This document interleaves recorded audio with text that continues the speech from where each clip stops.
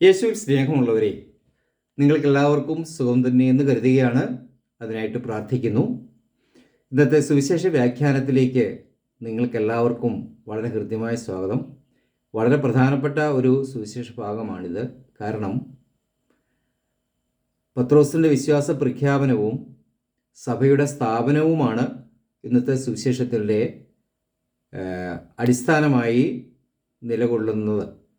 അതുപോലെ തന്നെ ഈ സുവിശേഷ ഭാഗത്തിൻ്റെ വ്യാഖ്യാനമാണ് വിവിധ ക്രൈസ്തവ സഭകൾ ഉണ്ടാകാനുള്ള കാരണവും. പത്രോസ്, നീ പാറയാകുന്നു, ഈ പാറമേലുള്ള സഭ ഞാൻ സ്ഥാപിക്കും എന്ന് യേശു പറഞ്ഞപ്പോൾ അത് പത്രോസിന്മേലാണ് സഭയെ സ്ഥാപിച്ചിരിക്കുന്നത് എന്നാണ് 140 കോടിയോളം വരുന്ന കത്തോലിക്ക സഭയുടെ വിശ്വാസ പഠനം.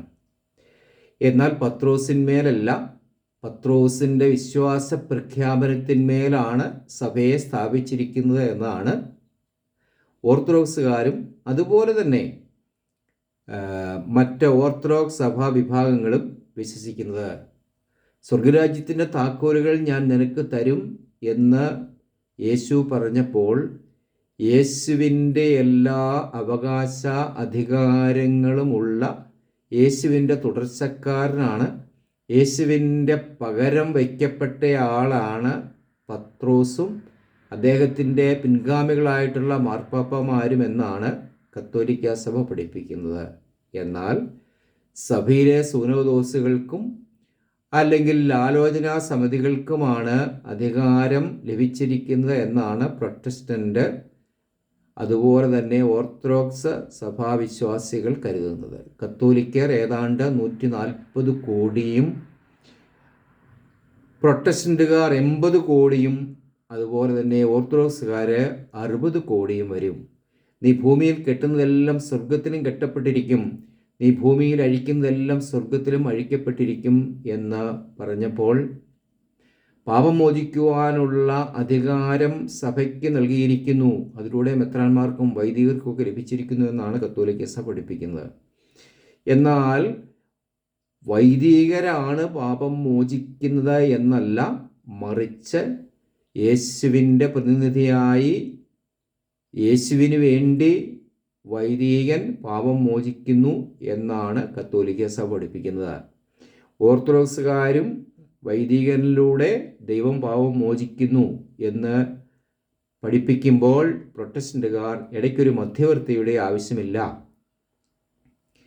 ദൈവത്തോട് നേരിട്ട് നമ്മുടെ പാപങ്ങൾ ഏറ്റുപറഞ്ഞാൽ മതി, ദൈവത്തിൽ വിശ്വസിച്ചാൽ മതി, നിൻ്റെ പാപങ്ങളെല്ലാം മോചിക്കപ്പെടുകയും നീ നീതീകരിക്കപ്പെടുകയും നിൻ്റെ വിശ്വാസം നിനക്ക് രക്ഷയ്ക്ക് കാരണമായി തീരുകയും ചെയ്യുമെന്നാണ് പ്രൊട്ടസ്റ്റൻ്റുകാർ പഠിപ്പിക്കുന്നത്. ഏതായാലും പ്രിയപ്പെട്ടവരെ, സഭയിലെ ആദ്യത്തെ പിളർപ്പ് കുറേ ദൈവശാസ്ത്ര വിഷയങ്ങളും അതുപോലെ തന്നെ അധികാര തർക്കത്തിൻ്റെ ഫലമായി ഉണ്ടായിട്ടുള്ളതാണ്. 1054 ഹാഗിയ സോഫിയ കത്തീഡ്രലിൽ വെച്ചാണ് മാർപ്പാപ്പയാണോ കോൺസ്റ്റാന്റിനോപ്പിളിലെ പാത്രിയർക്കീസ് ആണോ സഭയുടെ പ്രധാന അധികാരി എന്ന് തർക്കമുണ്ടാവുകയും അവിടെ വെച്ച് അവർ പരസ്പരം അങ്ങോട്ടും ഇങ്ങോട്ടും പുറത്താക്കുകയും ചെയ്തത്. ഇന്ന് കേരളത്തിൽ കേരള കോൺഗ്രസ്സുകൾ പിളരുമ്പോൾ മാണി ജോസഫിനെയും ജോസഫ് മാണിയെയും ഒക്കെ പരസ്പരം പുറത്താക്കിയിരുന്നത് പോലെ തന്നെ. ഏതായാലും ഈ മെത്രാന്മാരും മറ്റും പഠിപ്പിക്കുന്ന കാര്യങ്ങളാണല്ലോ അൽമായരും പഠിക്കുകയും കാണിക്കുകയും ചെയ്യുന്നത്. അതിലതുകൊണ്ട് അത്ഭുതപ്പെടേണ്ട കാര്യമില്ല. ഏതായാലും ഹാഗിയ സോഫിയ കത്തീഡ്രൽ ഇന്ന് ഒരു ക്രിസ്ത്യൻ പള്ളിയല്ല, ബസിലിക്കയല്ല, അതിന്നൊരു മുസ്ലിം മോസ്കാണ് എന്ന് നമുക്കറിയാം. വിധി വൈപരീത്യം എന്നല്ലേ പറയേണ്ടൂ, സ്വയം കൃത അനർത്ഥം എന്നല്ലേ നമ്മളതിനെ വിളിക്കേണ്ടത്, കുളം കലക്കി പരുന്തിന് കൊടുക്കുന്നു എന്നല്ലേ പറയേണ്ടത്.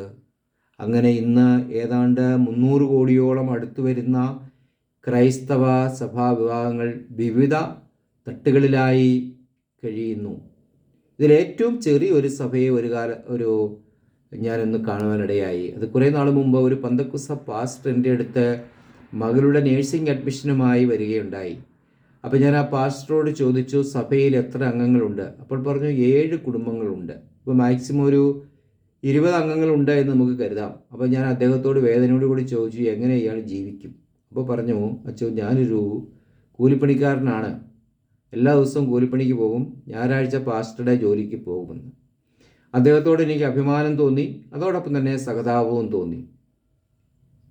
അതുകൊണ്ട് അദ്ദേഹത്തിൻ്റെ മകൾക്ക് നഴ്സിംഗ് പഠിക്കാൻ വേണ്ടി സർക്കാരിൻ്റെ എഡ്യൂക്കേഷണൽ ഗ്രാൻഡ് പൂർണ്ണമായി ലഭ്യമാക്കി കൊടുക്കുകയുണ്ടായി.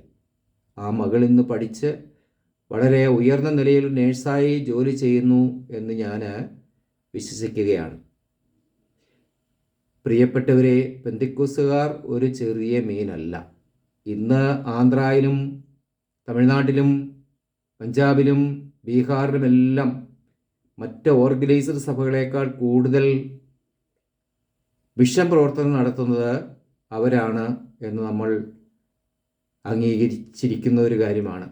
പ്രിയപ്പെട്ടവരെ, ഏതായാലും വിവിധ സഭകളുണ്ടെന്നും വ്യത്യസ്തമായ ദൈവശാസ്ത്രമുണ്ടെന്നും ഒക്കെ പറയുമ്പോൾ അതിനേക്കാട്ടിൽ പ്രാധാന്യമായി നിങ്ങൾക്കറിയേണ്ടത് ഏതൊക്കെ സഭകളുമായി നമുക്ക് കല്യാണം കഴിക്കാൻ പറ്റുമെന്നുള്ളതാണ്. മാമോദിസ മുങ്ങിയ ഏതൊരാൾക്കും കത്തോലിക്ക സഭയിൽ വെച്ച് ഏത് സഭാവിഭാഗത്തിൽ നിന്നും കല്യാണം കഴിക്കാവുന്നതാണ്, വിവാഹം കഴിക്കാവുന്നതാണ്. പിന്നെ പിതാവിൻ്റെയും പുത്രൻ്റെയും പരിശുദ്ധാത്മാവിൻ്റെയും നാമത്തിൽ ഞാൻ നിങ്ങളെ മാമോദിസ മുക്കുന്നു എന്ന ഫോർമുല ഉപയോഗിച്ചുള്ള മാമോദിസയാണോ, വെറുതെ വെള്ളത്തിൽ പൊക്കി മുക്കുന്ന മാമോദിസയാണോ എന്നൊക്കെ തീരുമാനിക്കേണ്ടതും അനുവാദം തരേണ്ടതും ഓരോ കേസിനും അരമനയിൽ പ്രവർത്തിക്കുന്ന കച്ചേരിയിൽ നിന്നാണ്. ഏതായാലും സഭ വിവിധ സഭകളായി തുടരുന്നത് ഒട്ടും ക്രിസ്തീയമല്ല. എല്ലാ സഭകളും ഒന്നായിത്തീരാൻ വേണ്ടി നമുക്ക് ആകാംക്ഷയോടെ കാത്തിരിക്കാം, പ്രാർത്ഥിക്കാം. ദൈവം നിങ്ങളെല്ലാവരെയും സമർത്ഥമായി അനുഗ്രഹിക്കും.